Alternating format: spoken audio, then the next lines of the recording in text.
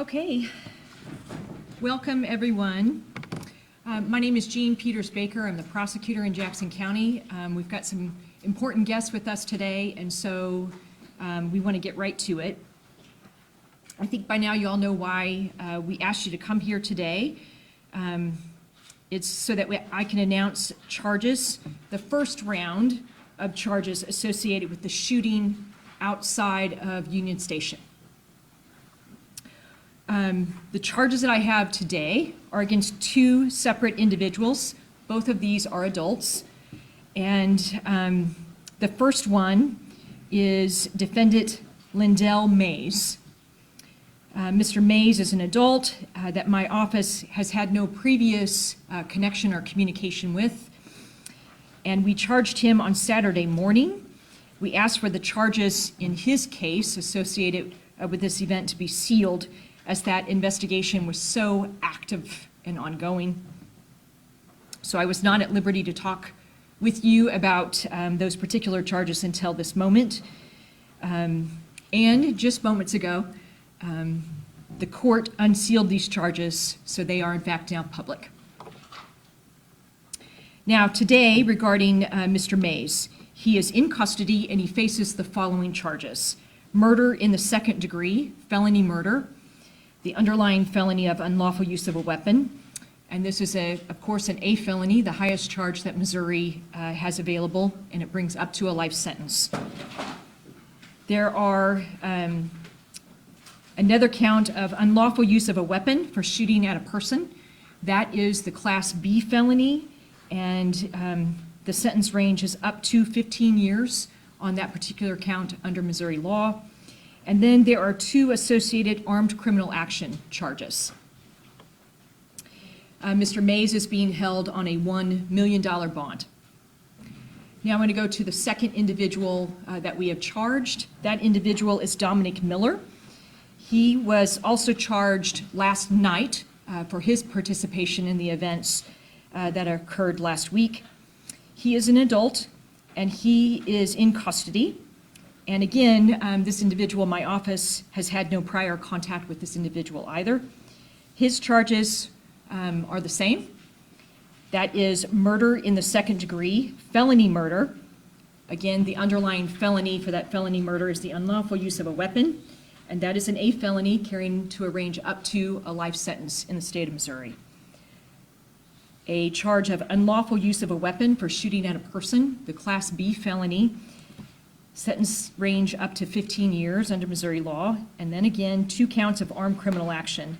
These are the unclassed felony in the state of Missouri. And though that individual is also being held on $1 million bond.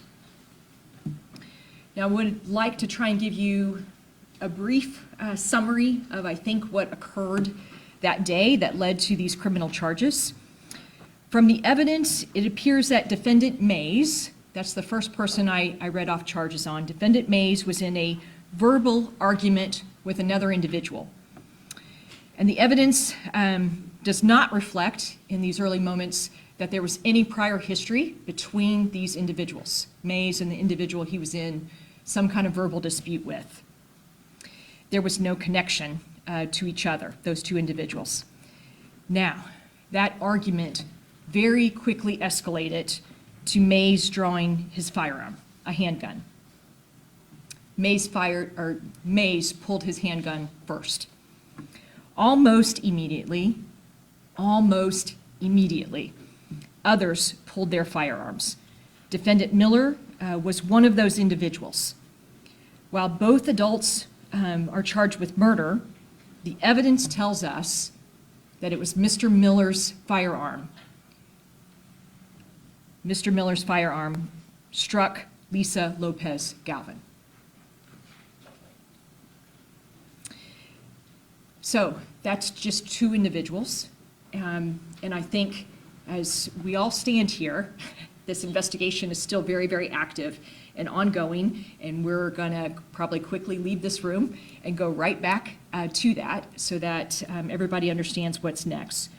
But I do want you to understand, we seek to hold every shooter accountable for their actions on that day. every single one. So while we're not there yet on every single individual, we're going to get there. And you're going to have questions. You're, I'm sure, going to ask me many questions about this case, about other people's responsibility level, and we are not going to be able to answer those questions for you today. But the most important thing I want you to hear is that we are not done yet. We are not done yet. Now, normally when I stand at podiums like this, we're really just getting started, you know, because a case carries on usually for a couple of years before I can get to a disposition. But vitally important to us, there's another kind of call out, I think, to community on this particular case. I'm asking for individuals to help us who were at the rally, and they may have additional information to provide. Specifically, we're looking for individuals who suffered wounds from their trying to escape. You know, a stampede occurred as people tried to flee. Once gunfire started, there's a lot of video that's already out there showing people literally fleeing in those moments. We are aware of all of those individuals who had gunshot wounds. We are interested in anyone in the fleeing of this event that maybe fell down, you were trampled, you sprained an ankle, you broke a bone. All of those are the individuals that we'd like to hear from.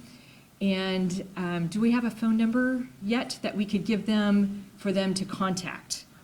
And I'm sorry about that. We were still trying to pull this part together as quickly as we could. The main number to homicide, 234-5043. All right, 816-234. 5043. 5043. So any individual, whether or not you report it to a hospital or not, we would like to know, you know, if you suffered additional wounds from this incident. These two are victims in the case, so that's why we would like to hear from you, and we'll go from there. All right. Okay, there are other issues today that I'm not going to go into and not going to address at this podium. That is whether or not there are additional law changes that are needed. There'll be a day for that discussion. It sure is not today and not at this podium for right now.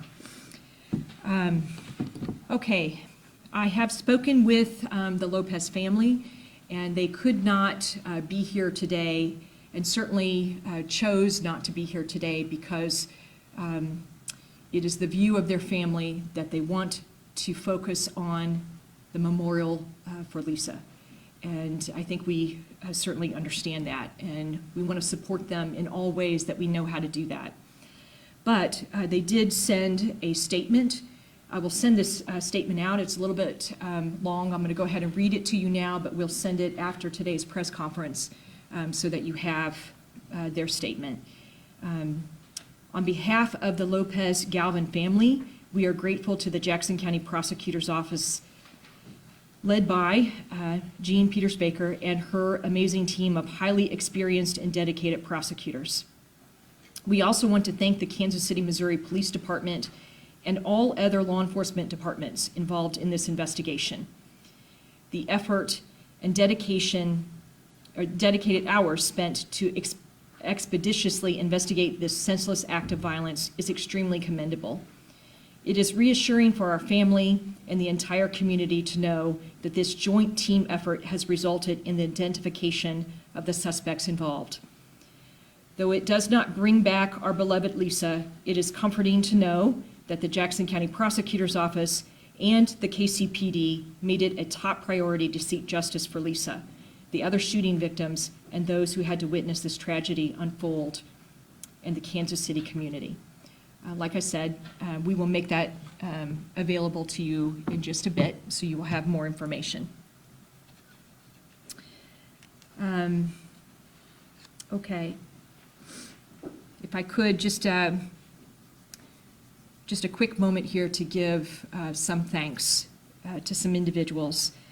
You know, they're not here. That's the investigative team that I've been able to work with, that all work at the direction of Chief Graves. I am so very, very grateful to work with you and to work the way that we have been able to on this particular case. You've worked as professionals. You've opened your door to me and my team from the very earliest moments. And it takes that level of participation and cooperation to get here.